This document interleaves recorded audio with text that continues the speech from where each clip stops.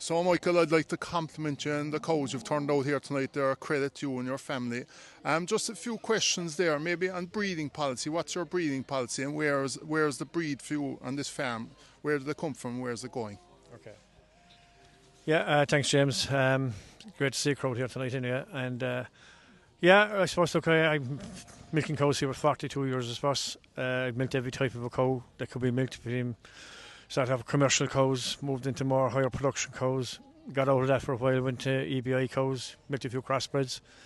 But a number of years ago, I realised that, the high production cow was the cow that I prefer to be milking, and that, as I mentioned in the first video, that being tight in acres, that I needed to maximise my income here, really, and my output. So it's a high production cow I've gone back to, and so that's where I'm at. Kilos of solids is the big thing. I find that as you get to the higher production, maybe your solids do slip a bit, but when you get up over the, as I said, to 700 kilos of solids, I think you're not doing too bad. That's that's my type of cow at the moment.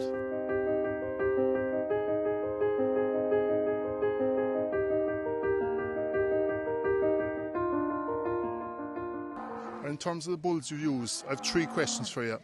The bulls you're using today, the bulls you've used in the past, and the bulls you wish you used, which are no longer available.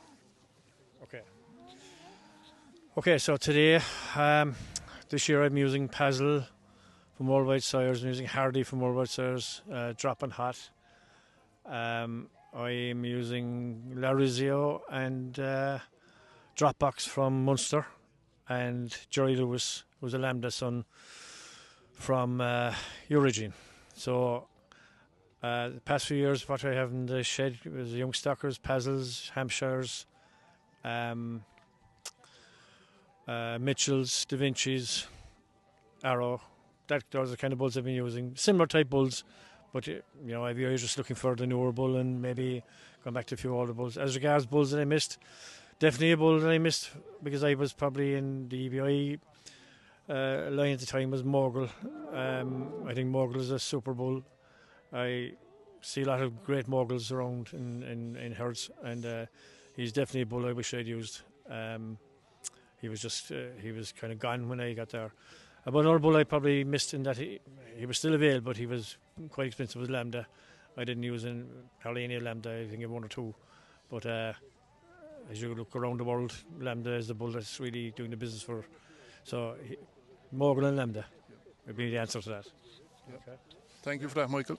So I have one more question for you. Obviously in Ireland, grass and grazed grass has a big emphasis in terms of the cost of production. It's one of the cheapest feeds you can feed. What else do you feed with that over the summer and over the winter to complement it? Well, it's funny you should ask that now, James, because the older I'm getting, the simpler my system is becoming.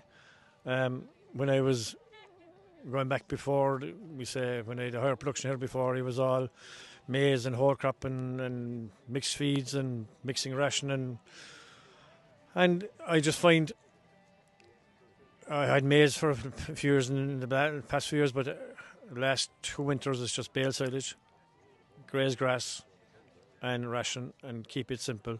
Sometimes I buy in some of the mice feeds if I need to spice it up, but if I need to maybe ration it, maybe the silage isn't good enough or something.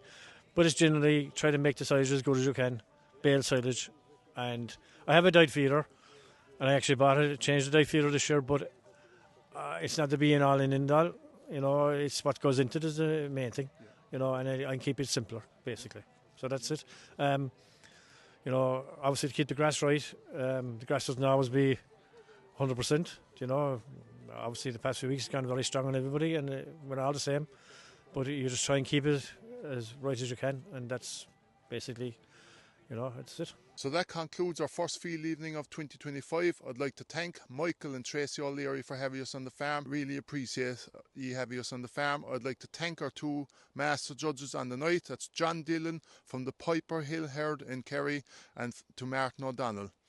Also, I'd like to congratulate the winners of the stock judging on the night in the 12 to 17 section, in the 18 to 26 section, and of course the senior section. Next, we're going on to the Edie Herd near Lyre in Clonakilty to the Helen family for our next field evening on the 26th of June. So hope to see you there. There's a video to follow soon. Thank you.